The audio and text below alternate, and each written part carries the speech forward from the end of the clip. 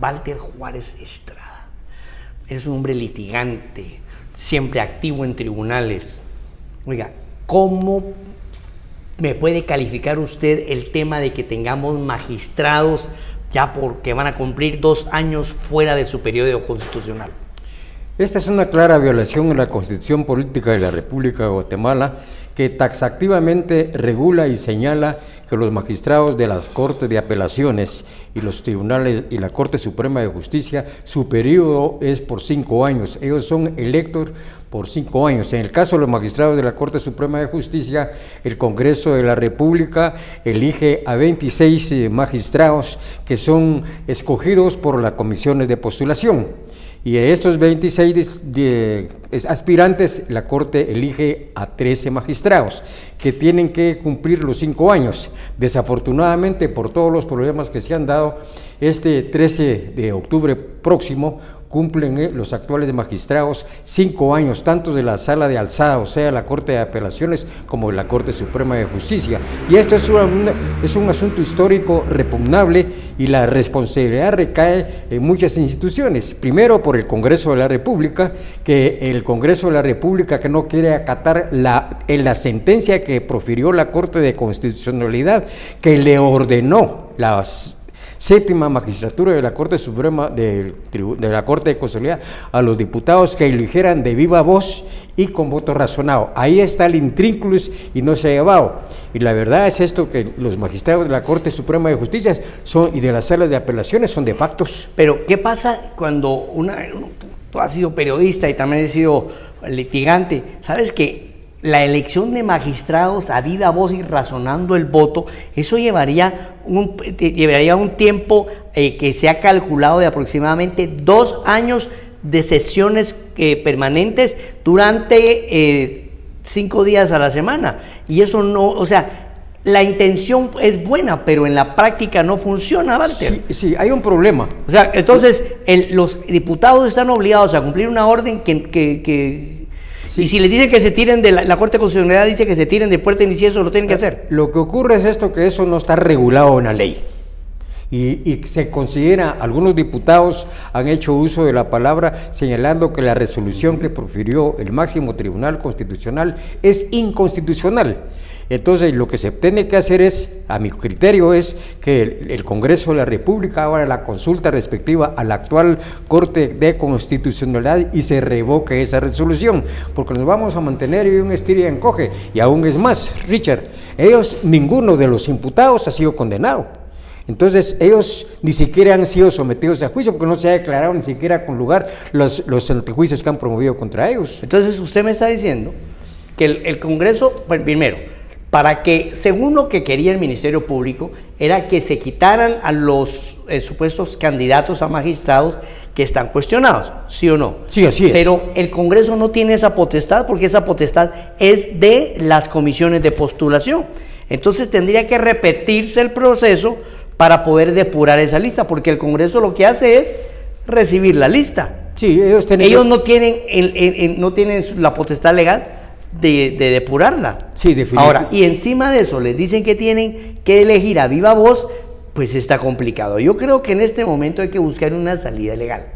La que yo estoy viendo es que el Congreso pida una revisión, una consulta a la Corte de Constitucionalidad actual para agilizar esto. Sí, yo creo que esa sería la forma de salir, porque esto es un verdadero problema, pero no olvidemos, Richard, que hay un conflicto de intereses ahí, porque desafortunadamente lo que ha sido deleznable son las comisiones de postulación, porque las comisiones de postulación tienen conflictos de intereses. No es posible que para elegir a los magistrados de la Corte Suprema de Justicia se integra con magistrados de las salas de apelaciones, los delegados del Colegio de Abogados y los decanos de las facultades de Derecho. Y hay un caso así específico, de que se debe cumplir con lo que dice la Constitución, pero desafortunadamente ese es un jaleo y todo, y se va a ir cuánto tiempo, porque cada elección ni siquiera han llegado ahorita a elegir a un magistrado, ni siquiera de sala, porque había un problema también ahí, que no se sabía si primero se elegía a los magistrados de las Cortes de Apelaciones o los magistrados de la Corte Suprema de Justicia, pero eso tiene que resolverse, y lo que debe hacer es, eso tiene que dirimirlo la Corte de Constitucionalidad haciendo una consulta. Una nueva consulta. Bueno, ese es el tema acá. Ahora, Walter, en tu análisis jurídico, Guatemala firma un contrato con una empresa intermediaria rusa. ¿Cuál es tu análisis jurídico? ¿Quién es el responsable jurídicamente de este fiasco contractual? ¿La ministra, el presidente, la PGN por no estar presente? ¿Qué? ¿Cómo está la cosa? Aquí hay una serie de corresponsables y responsables en esta situación. Desgraciadamente que está llevando todo el peso de la doctora Amelia Flores, pero la verdad, la responsabilidad directa para mí legalmente es de la secretaria general de la Presidencia de la República, porque todas las acciones, expedientes que se presentan, acuerdos, decretos y todos, tienen que pasar por el tamiz de la Secretaría General de la Presidencia, y él le tiene que decir al presidente de la República: mire, señor presidente, esto no está bien así. Y ellos tenían que ver previamente, porque aquí hay corresponsabilidad de todos, inclusive la fiscal general que no ha actuado, y está echándole las culpas a la pobre ministra, porque ¿cómo es posible, Richard, de que que no se hayan dado cuenta de que fue el canciller Borolo a Rusia por 8 días, gastó más de 150,000 quetzales en pasajes y en viáticos, y no llevó ni siquiera a un delegado del Ministerio de Relaciones Exteriores? No, no tenía, y no tiene ni siquiera conocimiento cómo está redactada eso, porque lo que se está pensando ahorita es que se declare adhesivo eso, porque ninguno lo conoce, y ni siquiera lo conoce el Ministerio Público. Se ha señalado la Fiscalía contra la Corrupción, que como no lo quiere mostrar la señora ministra Flores, se va a pedir por orden judicial, pero eso se va a llevar mucho tiempo. ¿Por qué no actuó la Procuraduría General de la Nación como representante? Ellos son, el Procurador General de la Nación es representante legal del Estado. Ellos tenían que darle, es decir, faccionar un documento, analizarlo y decir: mire, esto está bien, no está mal. Hicieron un asunto que ni siquiera nadie lo conoce, pero el responsable directo aquí, aunque me perdone, es el presidente de la República, porque sobre él recae la propia responsabilidad, porque el ministro Borolo no fue por su propia cuenta a Rusia, fue con una orden del presidente, y ha resultado un verdadero fiasco, y la pobre gente se está muriendo. Bueno, la gente está muy incómoda, y hemos visto la manifestación de varias organizaciones sociales que incluso llegan hasta pedir la renuncia del presidente. Entre esas organizaciones, y esta no es social, sino que oficial, el Procurador de Derechos Humanos ha pedido la renuncia del presidente. ¿Cuál es tu opinión con respecto a este tema? Pero yo estoy, lo que debe hacerse según mi criterio, porque la verdad es que el país no puede vivir en estos desfases, y en realidad no se rompería el orden constitucional, porque si el presidente renuncia, lo imperativo es que tiene que ascender el licenciado Guillermo Castillo Reyes, y el Congreso de la República elegir al sustituto de él.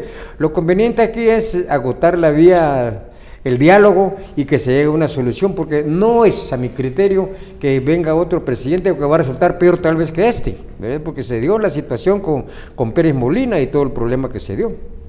Bueno, es interesante ver esta situación, porque la opinión que coincide con muchos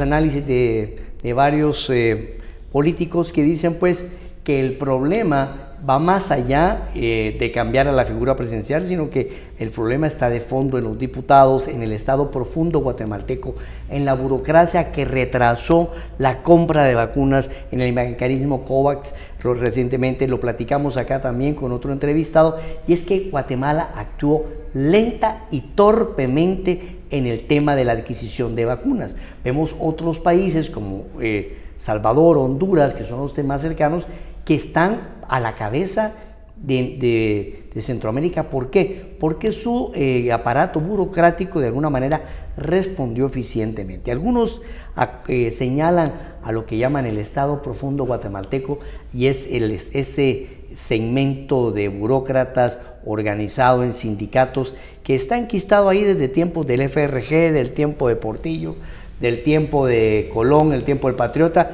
y que pues que son los que realmente manejan el gobierno, porque llega el ministro, si el ministerio está emplazado, no puede mover a nadie. Si el presidente quiere cambiar a alguien, si está sindicalizado, no lo puede cambiar. Con respecto a este tema, Walter, tú que has estado litigando tanto, ¿crees tú que ya amerita una reforma de la ley de servicio civil? Definitivamente, eso ha sido un verdadero problema que se ha presentado desde hace mucho tiempo y desafortunadamente es reprochable, que es una responsabilidad directa que le compete de acuerdo con la Constitución al presidente de la República de designar al jefe de la Oficina de Servicio Civil.